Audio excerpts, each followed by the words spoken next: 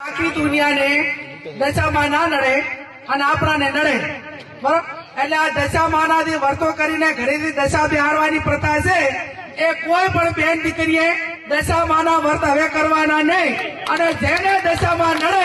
એ બધા માને મારે એ મેલ દીધો હું એકલી ગાડી ફેરવું છું દશામાં મારા ભેગા ગાડી ભરશે અને નડે તો મને નડે તમને કોઈ નડશે નહીં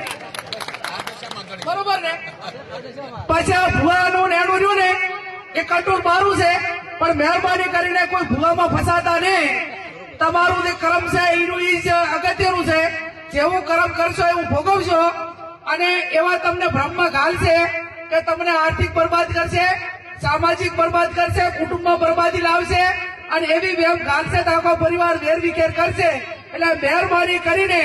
કોઈ પણ પ્રકારનું દખ હોય તો ડોક્ટરને બતાવવું હગાવાલાને બતાવવું એને વાત કરવાની કોઈ પણ અકળામણ હોય તો વાત કરવાની 5 જણા મિત્રોને કહેવાનું પણ ચાહે અંધશ્રદ્ધામાં આવવાનું ને